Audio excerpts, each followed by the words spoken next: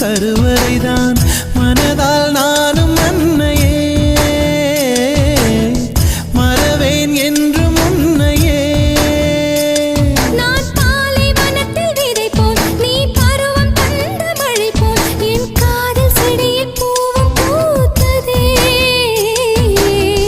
உன் விழி திறந்திருந்தால் விடியலி தேவையில்லை. உன்னை நான்